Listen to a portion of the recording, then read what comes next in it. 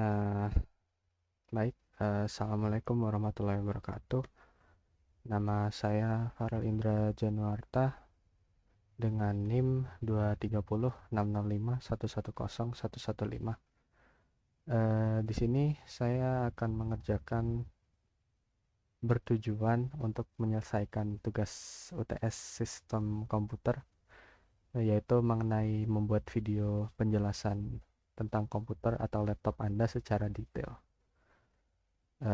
Baik, mungkin bisa langsung saja masuk ya. Untuk bagian pertama sini terdapat perangkat input. Untuk bagian perangkat input sendiri saya akan mengambil dari laptop saya ini. Eh, nih, Mungkin untuk perangkat input yang akan saya mention kali ini itu ada fingerprint scannernya di di sini ini, dan mungkin kameranya yang ada di sini. Ya, untuk fingerprint scannernya sendiri itu standar saja, bisa untuk, dan dia akan langsung otomatis masuk ke home screen. Dan untuk kameranya sendiri, kamera dia kamera standar, dia support hingga 720p. Ya, dia support hingga 720p 30 fps.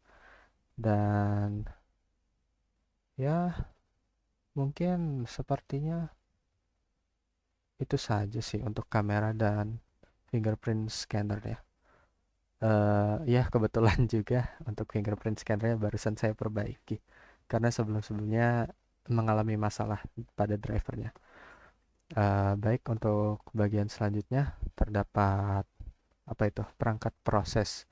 Untuk bagian selanjutnya saya akan mengambil dari komputer pribadi saya yang tiap hari saya pakai. eh Ya, karena saya rasa saya lebih paham untuk isian dari komputer saya dibandingkan dengan laptop saya sendiri. Baik, kita langsung masuk ke perangkat proses. Yang pertama ada apa ini? CPU. Baik, untuk CPU-nya di sini saya menggunakan Intel generasi ke-12 i5 12400F, yang berarti huruf F-nya di sini menandakan tidak adanya integrated graphics. Untuk cores pada CPU ini ada 6, bisa dilihat di sini. Untuk threads-nya ada 12. Untuk soketnya dia menggunakan soket LGA 1700 dengan base speed atau clock speed biasanya sekitar, seingat saya, 2,50 GHz. Oh ya, ini ada tuh saya 2,50 GHz, dan boost clocknya seingat saya 4,40 GHz. Dia memiliki cache sebanyak 18 MB yang menggunakan teknologi Intel Smart Cache. Untuk L2 cache-nya ada 7,5 MB, dan base power-nya di 65 watt. Kalau misalnya di maksimum turbo bisa sampai 117 watt pemakanan energinya. Untuk course-nya sendiri itu semuanya terdiri dari performance course yang ada 6 tadi. Untuk jumlah memori maksimal yang disupport ada 128 GB. Untuk tipe memorinya up to DDR5. Untuk DDR5 dia support hingga 4800 MHz atau mega transfer kalau sesuai websitenya. Dan untuk DDR4 dia up to 3200. eh Apa ya? Oh ya, untuk maksimum T-junction atau maksimum eh, temperatur maksimum CPU-nya dia bisa sampai 100 derajat Celcius saja. Dan untuk soketnya tadi sudah saya sebutkan, dia LGA 1700. eh Mungkin untuk perangkat proses lainnya pada komputer saya bisa juga ada VGA-nya, yaitu Asus Dual RX 6600 XT OC. Dia menggunakan arsitektur RDNA 2.0. Dia memiliki base clock 2000 MHz, memiliki boost clock 2593 MHz. Untuk memory size-nya 8 GB dan tipenya GDDR6. Busnya 128 bit dan ya mungkin ya dia sudah support hingga DirectX 12, OpenGL 4.6, Vulkan dan lain-lainnya. Mungkin untuk perangkat proses cukup itu saja ya menurut saya. Selanjutnya kita langsung masuk ke perangkat output. Pada perangkat output di sini saya akan menggunakan monitor saya sebagai contoh. Sebagai contoh perangkat output. Untuk monitor saya sendiri yaitu Lenovo R25i 30 yang berukuran, dia memiliki spesifikasi berukuran 24,inch. Untuk aspek rasionya dia menggunakan 16:9, kontras rasionya 1000:1. Apa lagi ya? Oh, untuk portsnya sendiri dia terdapat 2 HDMI 2,1, 1 DisplayPort 1,4 dan 1 audio out 3,5 mm. Untuk resolusinya dia menggunakan resolusi paling tinggi 1920 kali 1080 alias biasa dipanggil 1080p atau 1080p. Dan untuk refresh rate-nya dia bisa, seingat saya untuk refresh rate sendiri dia support mulai dari 50 hingga 165.